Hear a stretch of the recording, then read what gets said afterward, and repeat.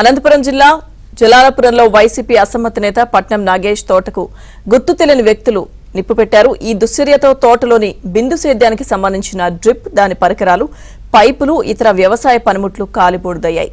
బాధితుడి ఫిర్యాదుతో ఘటనా స్థలానికి చేరుకున్న పోలీసులు కేసు నమోదు చేసి దర్యాప్తు చేస్తున్నారు.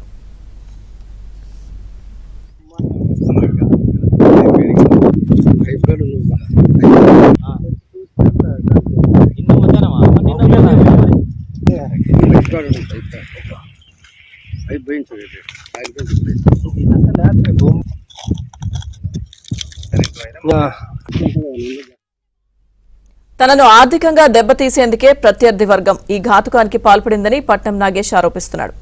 ఇటీవల సింగనమల వైసీపీ అభ్యర్థి వీరాంజనేయులు, ప్రభుత్వ సలహాదారు ఆలూరు సాంబశివారెడ్డికి వ్యతిరేకంగా అసమ్మతి నాయకులు సమావేశమయ్యారు. ఆ భేటీకి తాను హాజరైనందుకే ఇలా చేశారని పట్నం నాగేష్ ఆవేదన వ్యక్తం చేశారు. విషయం తెలుసుకున్న వైసీపీ అసమ్మతి నేతలు తోటను పరిశీలించి నాగేష్ ను పరామర్శించారు.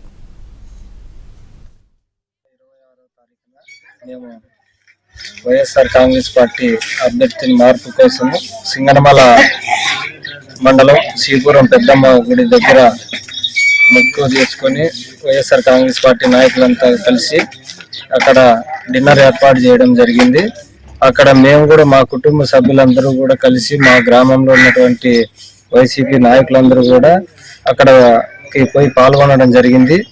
మేము ఎవరూ లేని సమయం చూసి గుర్తులేని వ్యక్తులు మా తోటలో నిప్పంటించడం జరిగింది.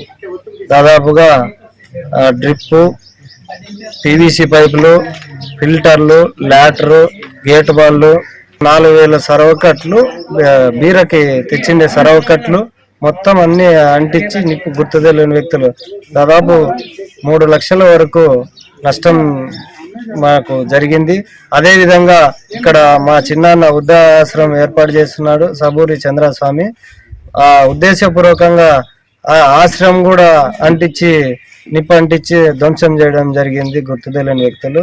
మరి వీటిపైన విచారణ చేసి నాకు న్యాయం చేయవలసిందిగా మనస్ఫూర్తిగా